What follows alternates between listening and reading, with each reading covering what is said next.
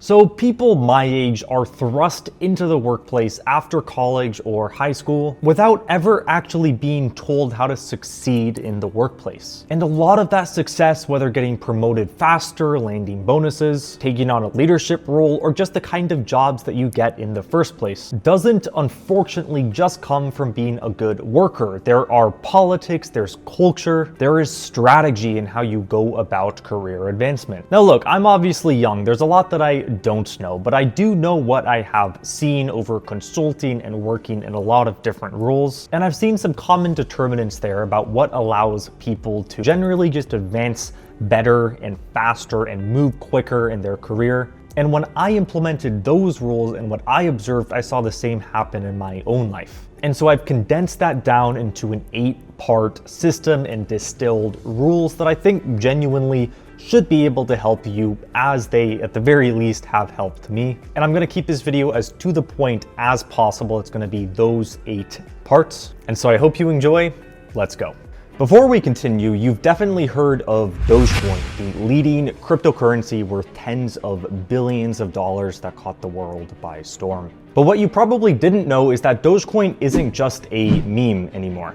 The Dogecoin Foundation's corporate arm, House of Doge, went public on the NASDAQ exchange under the ticker TBH. And it did so with partnerships alongside some of the biggest names in finance and crypto, like Robinhood and 21 Shares, and backing from Citadel and Pantera. House of Doge is bringing Dogecoin into mainstream finance, and I'm going to give you the rundown in the next 60 seconds. Now, to recap on Dogecoin itself, it is a decentralized, open source digital currency for peer-to-peer value exchange without banks. So basically, money without banks. It's used in the real world right now for tipping, for micro purchases, online checkout, cross-border sends, and everyday payments with a friendly and fun culture through the dog that we all know and love. Despite all the fun, it is still massively impactful.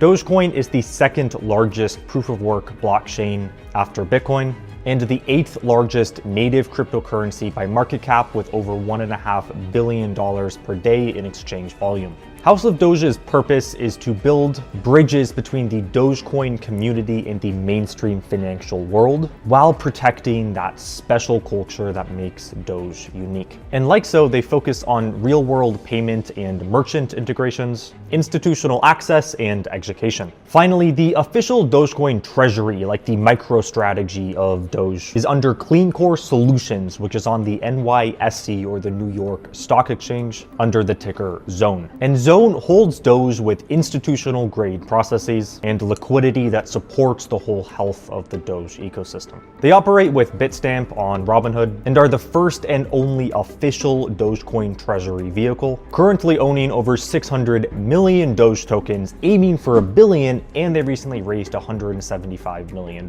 So ZONE is the first time that Wall Street can buy foundation approved Doge through regulated markets. Now, their vision is to establish Dogecoin as a premier reserve asset while supporting it across liquidity, payments, staking type protocols, and tokenization efforts. And now here's the fun stuff. This guy is the CEO of House of Doge, and he's a payment executive that sold his last company for over $270 million.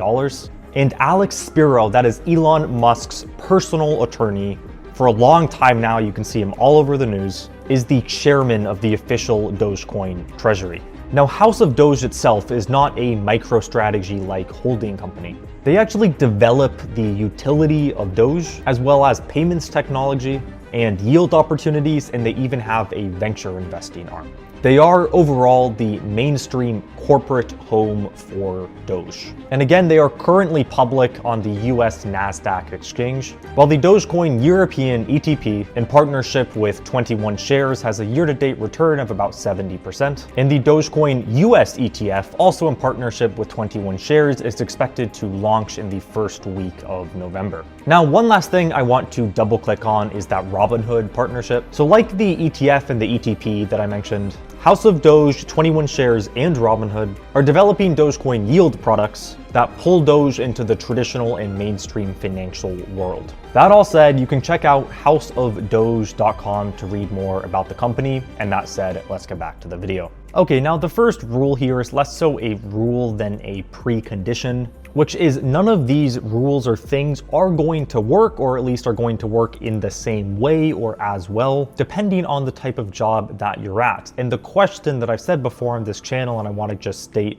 in a more condensed format here, is does your job limit you, or are you the limiting factor in your job? By that, I mean, if you were an engineer at a company and your job was to come up with new products, you are the limit to how well you can do in that position. You could have better ideas, you could have more ideas, you could pull more team members in, you could do more. Meanwhile, if you work on a factory line, right, you can still get promoted. There's still 100% things you can do. But if that's the type of position where no one ever gets promoted, and there are a lot of jobs like that, then you aren't the limiting factor. You oftentimes can do everything imaginable and still not really move up faster, or at least compared to that other kind of job where your innovation, your creativeness, your ability to work and hustle, that actually can move you up in your career and advance your career faster. So that's just the one thing I want to say before we get into these other more specific kind of actionable rules, which is not to say that one of these jobs is better or one of these types is better than another, but just that if you want to advance, then part of that is, well, where are you starting from and what kind of job is that? And there are still a lot of entry-level jobs out there where you are the bottleneck, much more so than a different kind of also an entry-level job. An example of that would be sales, where sales oftentimes very entry-level for sure, probably doesn't pay well for the very basic type positions, but oftentimes you get performance bonuses if you do really well, if you close, or if you just hustle and you brute force it, and you are judged by your actual results if it's a paid on results thing. And so that is the distinction, right? It might all be an entry-level position, but if you're a factory line worker versus you're a paid on performance sales rep, there's a very different kind of level of scale and degree of advancement that you can hit there based on just the structure of the job, the position itself. That said, rule number one, very easy, is just respond quickly to emails, calls, and messages. So in any workspace environment, and you've probably seen this yourself, or if not, you will at some point, there are some people who respond instantly when you message them. And there are other people who take a few hours or a few days to respond, whether to a Slack message or an email. And you'll notice that the people who get promoted, who go on to do really well, they're the ones oftentimes that responded really fast to things. It shows that you're available, you're on time, and then you become the place that people go when they need something immediate versus other people around the same position who take a little bit longer to respond, or worst of all, just don't respond at all. Basically, it makes you look good, it's extremely presentable, and you get involved in more stuff. And that really does compound. That's really good for you in that type of environment. Rule number two, bring up new ideas that don't threaten anyone. Now, the whole don't threaten anyone's position is kind of like the politics thing of you don't want to insult a bunch of people, but you do want new ideas. You want to be the idea guy, the guy who's just willing to test things and put it out there. Eventually, that'll pay off for you in a really big way. And those are the kind of moonshot things where if you work at a large company and you're in a small position, you have an idea that happens to work out, you just moonshotted yourself up in that company because of that idea. And look, a lot of the ideas aren't going to work, or no one's going to listen, or it doesn't even matter, right? But that doesn't matter. It's the 1 in 100. And so the 99 that don't work are the requisite, or what you have to do to get the one, right, to put in the work for the one that really does advance your career in a very meaningful way. So basically, just be the idea guy. Okay, number three, focus on relationships above all. So go meet people for lunch. Make sure you know everyone by name and you remember their names. Relationships oftentimes matter so much more than the work itself. Again, it depends on the type of job, but generally that's the case. And what is always true is that you're going to be better off by focusing on developing those relationships versus just stay in your corner, do your own thing, don't talk to anyone, and don't really know anyone or engage with them. Number four, connect other people and ideas. This is like the lowest hanging fruit thing. If you have a person that you know and you have another person or a team member or a project and you can put them together and they can go do stuff that's better for the company or for your boss, hey, you just got the credit for all of that without actually doing anything. So just take the initiative there. This ties back to ideas as well, but just connect people, be the connector between different ideas and projects and companies through your relationships and maybe your ideas as well, and that'll pay off big time. Okay, rule number 5 is build your intellectual property or your IP.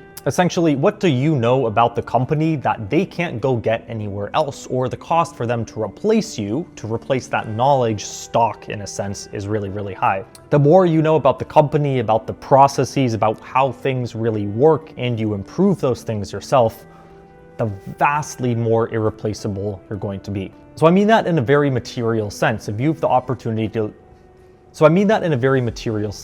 the opportunity to talk to people, to learn more about how a certain part of the company works, do it, because these things build on another. If you do that, then you can connect people better. You can have more relevant ideas. These things all build and compound together into a vehicle for advancement. Rule number 6, focus on what people want most and focus on that, or what's most important for the company. So basically, if your boss really wants one specific thing done and you are tasked to do that, but also 6 other things that are equally important on paper, do the thing your boss really values. Or if you know that none of those are going to actually impact and drive the company forward except one, just do the one that is actually going to drive the company forward. So there's the politics side of it and the results side of it. Ideally, those work together. Sometimes they don't work together, but appease at least one of those gods, and ideally, again, both of them at the same time. And rule number 7 is just take on projects when you're just starting out in a place. Even if you don't know what's going on or what the project entails, be the yes guy. It's extra work, 100%, but over the long run, so we're talking over 6 months, a year, a few years, if you say yes and get new experiences and learn new things, that also ties back into this whole wave that we're developing here of ideas, relationships, and connections that pushes you forward. So say yes, do more. That said, if you do those 8 things in combination, my throat is actually not good right now. So there you go. That's my magic sauce as much as I know. And again, there's a lot that I know I don't know, and that I don't know that I don't know.